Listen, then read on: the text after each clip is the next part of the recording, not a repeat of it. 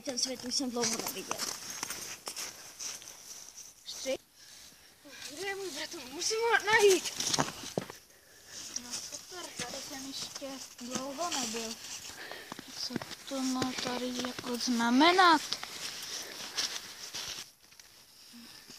Brácho, kde bydlíš? Nevím.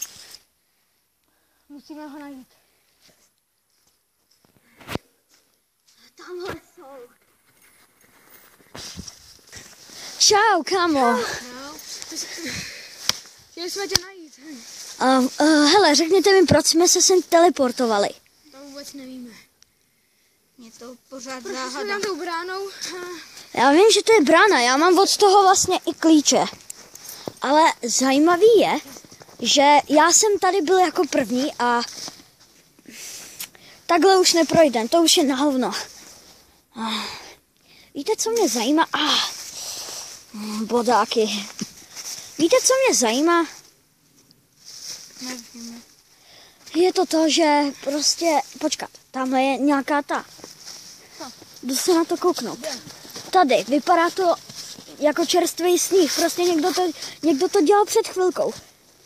Vypadá to jako penis. Jo, jako penis to vypadá. Ale je to divný. Pojď, přineseme to k té bráně. Třeba tady byl král Wolf. Bůh ví, kdo tady všechno byl.